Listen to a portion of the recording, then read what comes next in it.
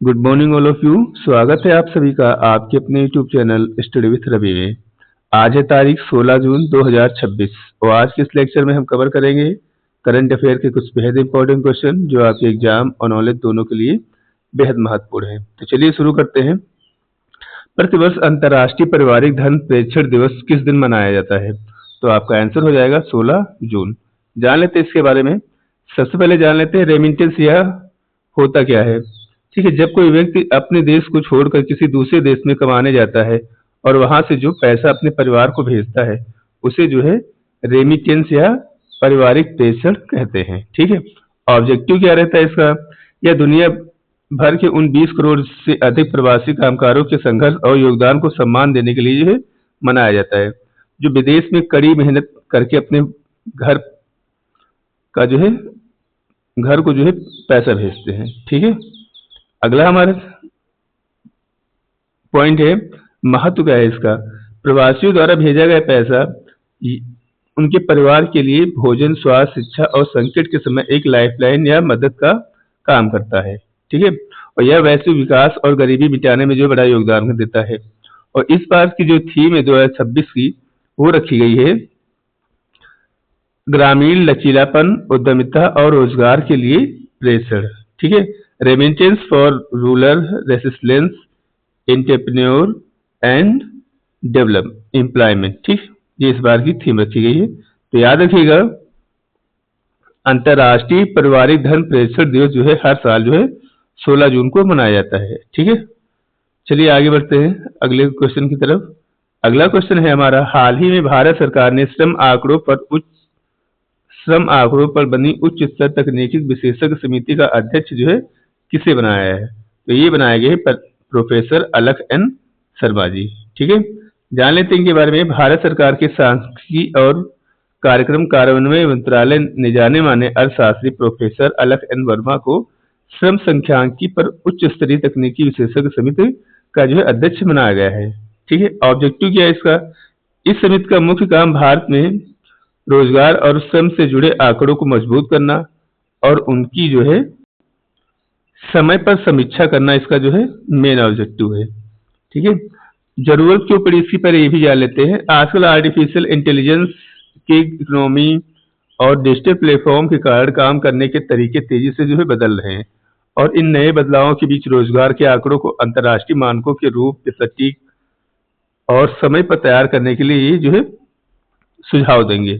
ठीक है, इसके लिए जो इनको नियुक्त किया गया है। तो याद रखिएगा हमारा प्रश्न था भारत सरकार ने श्रम आंकड़ों पर बनी उच्च स्तरीय तकनीकी विशेषज्ञ समिति का अध्यक्ष किसे बनाया है? तो ये बनाए गए प्रोफेसर अलख एन शर्मा। ठीक है, इंपॉर्टेंट है, याद रखिएगा। अगला हमारा प्रश्न है राष्ट्रीय सलाहकार परिषद सचिवालय का नया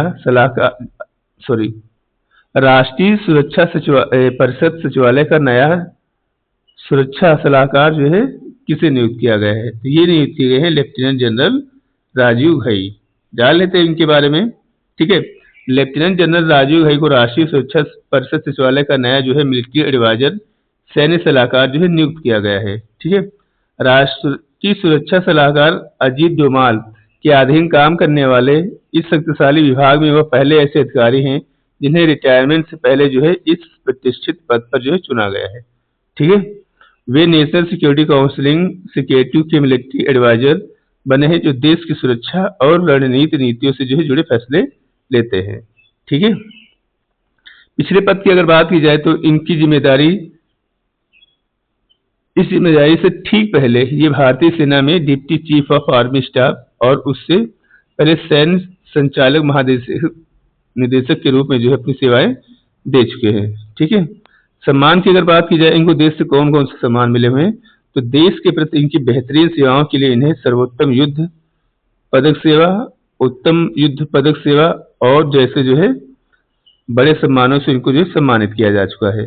ठीक है, तो याद रखिएगा राष्ट्रीय सुरक्षा परिषद सचिवालय का नया सुरक्षा सलाहकार जो है वो बनाया गया है लेफ्टिनेंट जनरल राजीव घई जी को। ठीक है, आगे बढ़ते हैं अगले क्वेश्चन की तरफ। अगला क्वेश्चन है हमारा, हाल ही में किस संगठन ने गिग और प्लेटफॉर्म वर्कर के लिए जरूरी अंतर्राष्ट्रीय रोजगार मानक निर्धारित करने वाली पहली वैश्विक संधि को जो है अपनाया है? तो इसको अपनाया है जो है विश्व व्यापार संगठन ने। ठीक है, तो जान लेते हैं इसके बारे में। माफ करिएगा, इसको जो है अंतर्राष्ट्रीय श्रम संगठन ने जो है अपनाया हुआ है। ठीक है, चलिए अब आगे बढ़ते हैं, जान लेते हैं इसके बारे में। ऐतिहासिक संधि है ये। ठीक है, अंतर्राष्ट्रीय श्रम संगठन ने जिनेवा में आयोजित जो है अपनी बैठक की गिग और प्लेटफॉर्म वर्कर्स जैसे स्विगी, ओला, जो ऑनलाइन डिलीवरी पार्टनर्स जो रहते हैं, ड्राइवर रहते हैं, उनके लिए जो है पहली वैश्विक संधि को जो है मंजूरी दी थी। ठीक है, अब ऑब्जेक्टिव का क्या ये जान लेते हैं। इसका मुख्य मकसद जो है दुनिया भर के करोड़ों ऐप आधारित कामगार के उनके अधिकार और रोजगार के मानकों को जो सुरक्षित रखने के लिए इसको जो है ये जो है कार्यक्रम आयोजित किया है। ठीक है, नियम क्या रहेंगे इसके। इस संधि के तहत जो कंपनियों को इन कर्मचारियों के लिए उचित वेतन, सामाजिक सुरक्षा, स्वास्थ्य और सुरक्षा बीमा और एल्गोरिदम में पारदर्शिता सुरक्षित करना इसका जो है मेन उद्देश्य है। ठीक है, तो याद रखिएगा, हाल ही में किस संगठन ने गिग और प्लेटफॉर्म वर्कर्स के लिए अंतर्राष्ट्रीय रोजगार मानक आधारित करने वाली पहली जो है वैश्विक संधि को जो है अपनाया है। तो इसको अपनाया है अंतर्राष्ट्रीय श्रम संगठन ने। ठीक है, इंपॉर्टेंट क्वेश्चन है, याद रखिएगा। चलिए आगे बढ़ते हैं। अगला हमारा प्रश्न है, दालचीनी को व्यावसायिक खेती को बढ़ावा देने के लिए 2 दिवसीय अंतर्राष्ट्रीय कार्यशाला कहाँ आयोजित की गई। तो यह आयोजित की गई है उत्तराखंड में। जान लेते हैं इसके बारे में। स्थान के बारे में पहले जो इसको देहरादून के सेलाको स्थित संगत पौध केंद्र में जो इसको आयोजित किया गया। ठीक है, 11 और 12 जून के बीच में।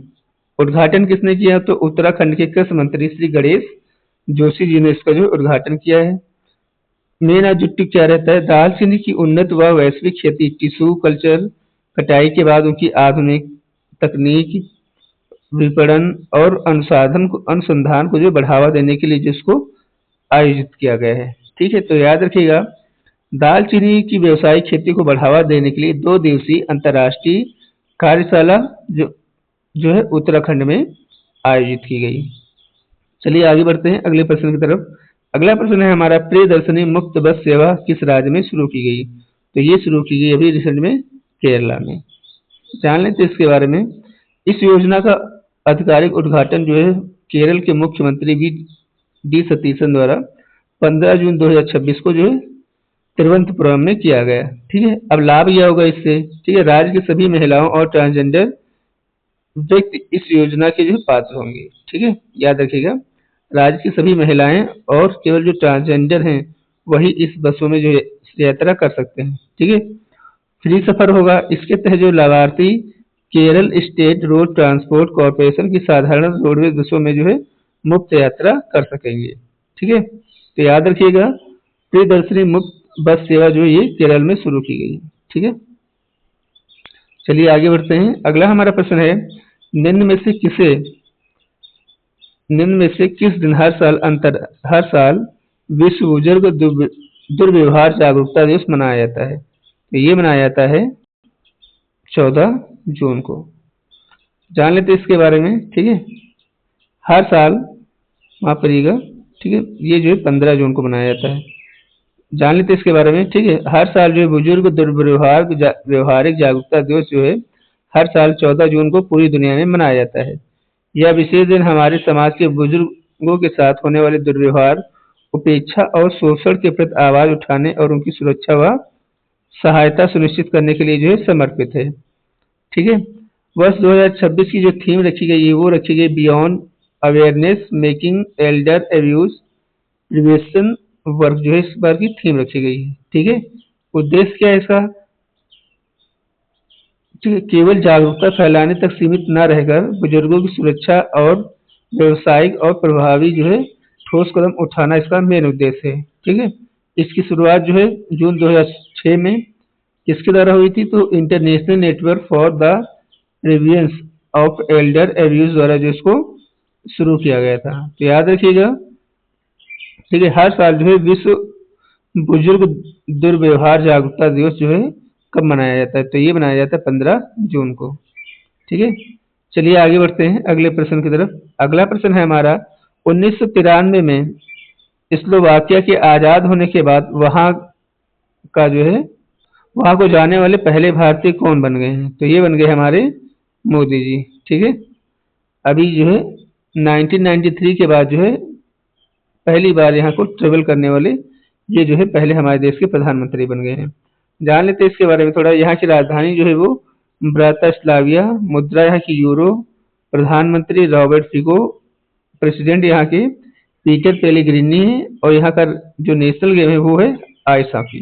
ठीक है, याद रखिएगा, इंपॉर्टेंट है। अभी जो है मोदी जी 52 साल बाद जो है नॉर्वे को भी गए हुए थे। ठीक है, ऐतिहासिक टूर कर रहे हैं इस समय।